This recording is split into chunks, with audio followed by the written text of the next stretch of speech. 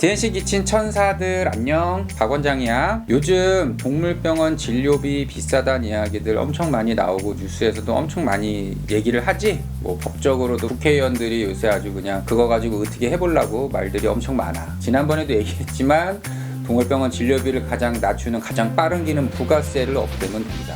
바로 10% 낮아진다고. 자, 이런 얘기들이 나오면서 항상 화두로 떠오르는 얘기가 하나 있어요. 강아지, 고양이, 반려동물 보험 상품과 관련된 내용들이야. 자, 국가적으로 건강보험료를 강아지를 키우던 키우지 않던 모든 사람들한테 부과를 한다. 납득이 안 되지, 받아들여지지가 않는단 말이야. 그래서 공적인 보험은 할 수가 없어. 그럼 결국은 이러한 역할들을 누가 해줘야 된다? 사보험에서 이것들을 해줘야 되는 거야. 근데 여러분들 뭐 암보험도 그렇고 뭐 이런저런 보험들 많이 들어봤지. 어렸을 때 가입하면 보험료가 별로 비싸지 않지만 나이가 들어가면서 보험료가 점차 비싸지게 되고 또 뭐 간, 뭐 암, 무슨 암 이런 거 이런저런 특약 붙여가지고 보험 안 되는 경우들도 되게 많잖아. 지방간만 있어도 간암은 안 해주잖아.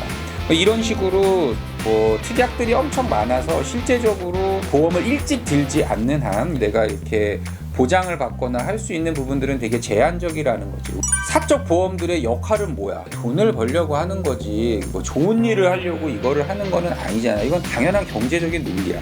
근데 이런 거를 가지고 우리나라에서 병원 다니면서 그 의료비 지원받고 보험공단에서 지원받고 하는 거랑 동일선상으로 비교를 하면 절대 되지 않아. 그거는 될 수가 없다는 거야. 어쨌든 이러한 뭐 사적 보험이 반려동물 쪽에서도 가입을 했을 때 하는 목적은 뭐야? 우리 아이가 아팠을 때 목돈이 들어갈 때 내가 얼마만큼 이러한 것들에 대한 보장을 받을 수 있느냐, 그것 때문에 이제 보험을 가입을 하게 되는 거지. 내가 이렇게 보니까 우리나라의 메이저 회사에서 대부분의 이 펫보험과 관련된 상품들이 나와 있어. 삼성화재도 그렇고 메리츠도 그렇고 뭐 현대해상도 그렇고 DB도 그렇고 뭐 되게 많더라고. 약관들을 하나하나씩 내가 좀 읽어봤는데 첫 번째는 너무 어려워. 너무 어렵다 보니까 이거를 보고서는 어떠한 그게 도움이 되는지 이게 어떤 건지를 잘 모르는 것 같더라고요. 오늘은 이 전체적인 이 펫보험과 관련된 대략적인 설명들을 좀 해줄 거고 보험과 관련해서는 내가 몇 가지 영상을 더 찍으려고 해. 각 보험사별로 보험사에서는 어떤 게 있고 뭐가 있고 뭐 이런 것들을 내가 그것도 보험사별로 좀 하나씩 정리를 좀 해보려고 하고 또 그 보험 설계사 분이랑 그 댓글로 질문 들어온 게 있으면 Q&A 시간도 좀 갖고 뭐 이렇게 하려고 내가 보험 관련돼서는 좀 자세히 가려고 해. 대부분 메이저 회사들의 보험 약관을 보면은 보통은 8세 이하에 가입을 해야 되고 질병이 생기면은 가입하는 게 조금 어려워. 그런 게 공통이고 뭐 회사별로 다르긴 하지만 갱신을 하면은 뭐 1년마다 갱신을 하기도 하고 3년마다 갱신을 하기도 하는데 갱신이 되면은 어렸을 때 가입을 하면 20살까지도 보장을 해주기도 하더라고. 보험료는 보통 3만원에서 한 8만원 정도 선이 보통인 것 같은데 특약을 어떻게 드느냐에 따라 다를 거고 아마 갱신이 될 때마다 가격이 좀 바뀌겠지. 그러면 나이가 든 애들은 한 달 보험료가 10만원이 정말 넘어갈 수도 있는 상황이 올 수도 있다라고 생각이 돼. 그리고 질병별로 면책기간이라는 게 있는데 짧게는 1개월 정도가 되고 길게는 1년 정도의 면책기간이 있어. 선천성 질환이나 이런 거에 대해서는 대부분 보험으로 보호를 해주지 않아. 그리고 특약으로 이제 소형견에서 되게 자주 발생하는 뭐 무릎관절, 슬개골이라고 하지, 거기 고관절, 여기 골반 쪽 관절 이런 질환들이 워낙에 많기 때문에 이 특약으로 가입을 하느냐 안 하느냐 이런 거를 해주는 거야. 그러니까 특약으로 슬관절을 보장을 해주는 데가 있고 뭐 안 해주는 데가 있고. 근데 이제 슬관절을 보장을 안 해주면 대신에 다른 진료들을 보장을 해주고 이게 보험사별로 조금씩 다르다는 거지. 그래서 요거는 내가 하나씩 보험사별로 설명을 좀 해보도록 할게. 아까도 얘기했지만 이런 보험 약관들을 쭉 봤을 때 우리가 그 펫보험에서 기대를 해야 되는 거는 사람 쪽에서의 민간 암보험이나 이런 정도의 수준이지 절대 의료보험공단에서 제공해주는 공적보험과 같은 레벨로 기대를 하면 안 된다. 내가 평생을 함께 살면서 뭐 목돈이 들어갈 정도로 아이가 아픈 경우가 있을 수 있고, 또는 심장병이나 아니면은 콩팥이나 호르몬 질환이나 이런 걸로 어느 일정 수준의 나이가 넘어가면서부터 꾸준히 병원을 다니면서 검사도 받고 약을 먹어야 되고 이런 상황들이 오는 거를 대비해서 이제 보험을 드는 건데, 나이가 들면은 보험을 받아주지 않는다 그랬잖아. 이 질병이 진단되고 나서도 받아주지 않는다 그랬잖아. 그렇기 때문에 좀 더 어린 나이에 보험을 가입을 하게 되는 거고, 그렇게 보험회사로부터 이제 병원을 다닐 때마다 일정 부분의 보조를 받게 되면 어떤 장점이 생기냐면, 아이가 뭐 검사를 한번 받아야 된다거나 뭐 약을 먹어야 된다거나 하는 부분에 있어서 보조를 받으니까 좀 더 수월하게 가서 해볼 수 있다는 거지. 한 번 앓고 두 번 체크받고 세 번 체크받고 좀 더 꼼꼼하게 할 수 있는 데 있어서 도움이 된다는 거야. 근데 절대 이 보험을 가입함으로써 아이한테 들어가는 돈이 엄청나게 많이가 세이브가 될 거다, 이렇게 생각하면은 실망을 하게 될 확률이 높다.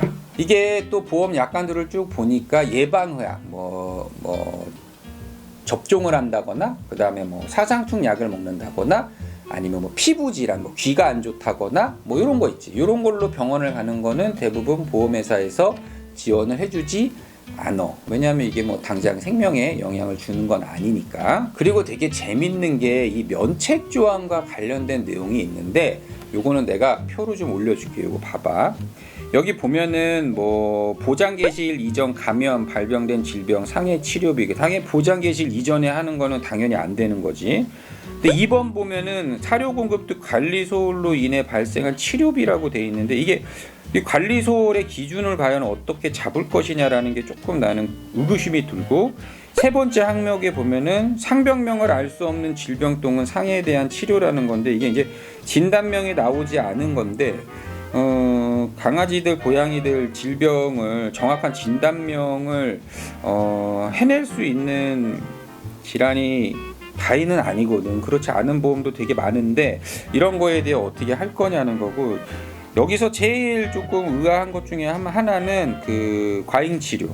과잉진료에 대해서는 돈을 주지 않겠다라고 하는 건데, 자, 그러면은 이 과잉진료의 기준이라는 게 뭘까? 나는 이게 되게 궁금해. 과잉진료의 기준, 그들이 생각하는 과잉진료의 기준, 그럼 이 과잉진료를 했다 안 했다에 대한 평가는 누가 할 거냐는 거지. 이게 기준이 없어. 실은 이거 보니까 이 보험 설계사가 어떻게 이걸 해주냐에 따라 돈을 받을 수도 있고 못 받을 수도 있고, 뭐 그냥 이런 논리인 것 같아. 병원에서 과잉진료가 아닌 거를 입증을 하면은 되는데, 이게 어떻게 된 거지? 나는 이게 되게 궁금해, 이 부분을. 그래서 요거는 내가 나중에 그 보험 하시는 분한테 한번 물어볼 거야. 이거가 기준이 어떻게 되고, 이런 항목이 뭐가, 거기서는 뭐를 근거로 이게 과잉진료냐 아니냐를 평가를 하느냐. 근데 이게 이렇게 딱 조항이 들어가 있으면은 거기서 이거 과잉진료 했네 이렇게 얘기를 해버리면 그냥 보험료 안 주겠다는 얘기잖아. 그래서 이게 내가 생각하는 이게 맞는지 안 맞는지를 한번 좀 확인을 해볼 필요가 있다는 거야. 여튼 이번에 내가 쭉 공부를 하다 보니까 보험사 한 4-5군데 약간 쭉 뽑아서 보는데도 한 일주일 걸리더라고. 일단 말이 어려워. 그래서 이게 무슨 말인지도 잘 모르겠고, 이게 정리도 잘 안 되더라고. 근데 분명한 거는 보험사별로 내가 어떤 목적을 갖고 보험을 가입하느냐에 따라 조금씩 장단점은 있는 거야. 뭐 나는 소형 견종을 키우는데 이렇게 사람들이랑 이렇게 만나고 얘기하고 하다 보니까 보통 어린아이들은 대부분 슬개골이나 고관절 수술을 하는 경우가 많다더라라는 이야기를 들어서, 내가 그거를 예방하기 위해서 그럼 어린 나이 때부터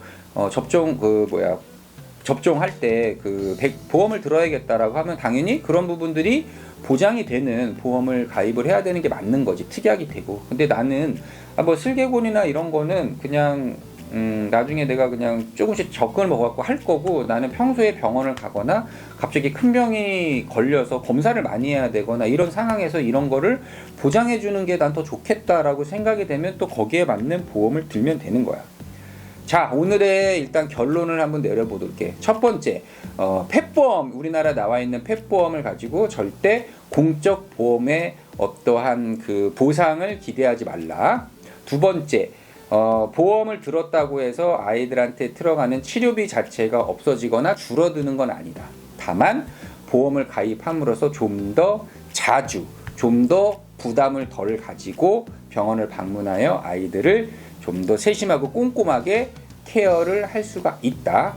세 번째, 보험사별로 조금씩 보장을 해주는 내용들이 다르기 때문에 아이한테 맞는 게 어떤 건지를 꼼꼼히 찾아보고 상담사 만나보고 결정을 해야 된다라고 하는 게 오늘의 결론일 것 같아.